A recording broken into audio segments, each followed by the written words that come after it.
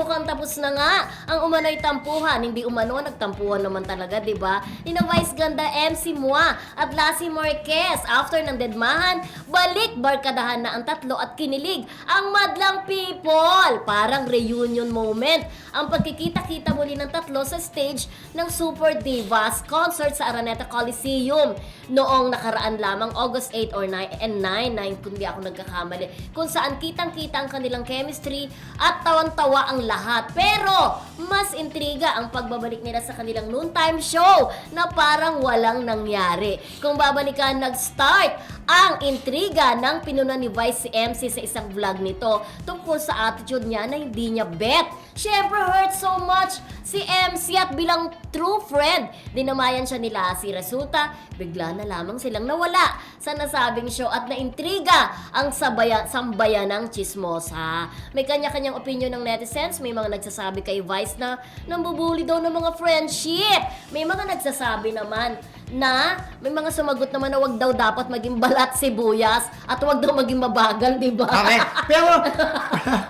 Pero yan, nagsimula Ikaw naman talaga, Clyde! Yes, Pinapahirapan nakakatulog mo yata ako, sa... ah. Pero siguro ang start naman yung friendship, Oo, di ba? oo. Nakita na okay na sila nung magpunta sa Vice Comedy Bar, itong si MC, di ba? Oo. Na nakita siya ni Vice, tapos pinapunta sila sa stage. So doon pa lang sinasabi na wala nang issue sa kanila at hindi naman pinapalabas sila na talagang hindi nagka-issue. Pero yun nga, ang sinasabi ng iba talaga nagka-issue, pero naging okay na sila. Pero may isa comment ka na Diba? pumukaw sa akin na dapat daw wag silang maging mabalat sibuyas dahil mas kailangan daw nila si Vice kaysa sa kailangan Sila ni Vice. Dahil si Vice daw ang nagbitbit sa kanila sa mainstream. Actually, ano masasabi mo? Ako, naniniwala ko na si Vice, alam mo, parang pili ko parang manager nila si Vice Ganda kasi si MC at si Lassie napunta regular na napapanood sa It's Showtime na ibig sabihin yun, malaking tulong sa kanila talaga si Vice na nakilala na po sila kahit na may vlog sila nakasama si Chad Kinis.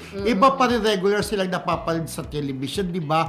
Tapos lahat ng pelikula po ni Vice Ganda kasama niya si MC at saka si Lassie at kahit sa concert abroad, di ba, dinadala niya si MC at saka si Lassie, di ba? Correct. Kaya lang siyempre, yun nga na, ang maganda lang, all's well that ends well na sa kanilang tatlo. Pero lalaki, sana, between ha? la MC Oo. at Vice Ganda. Pare-pareho na lang silang natuto sa pangyayaring yan. Oo. Not only sa part ni MC at saka ni Lassie, doon din sa part ni Vice na syempre ayaw naman natin na di ba, yung mag-advise na parang mali yan or syempre friendship nila yon, sila lang ang nakakaalam. Medyo hindi lang nagustuhan ng ibang tao na parang sitahin mo ang tao sa vlog, parang in public, parang napapahiya, gano'n naman ang reaction nila. Pero siguro gano'n talaga silang magkakaibigan, di ba? Pero siguro nga, pagka nagkaayos na sila, baka nag-usap-usap natin sila na hindi natin alam. Kasi hindi naman sila magiging okay. Hindi pupunta si MC doon sa kanilang bar kung hindi na sila okay talaga, di ba? At pinatunayan niya during the concert yun ng Super Divas, di ba? Correct. Tapos ito nga, nasa Showtime kahapon ba sa Showtime, nagsayaw-sayaw siya, nag-host na rin, di ba? So yun po ang maganda, yung pagkakaibigan. Talagang minsan nagkakatampuan, pero at the end of the day, nabalik yung friendship. Although, may mga magkakaibigan din naman na tuloy nang nasira kanilang friendship. Okay. Pero sa kanila, at least okay na sila.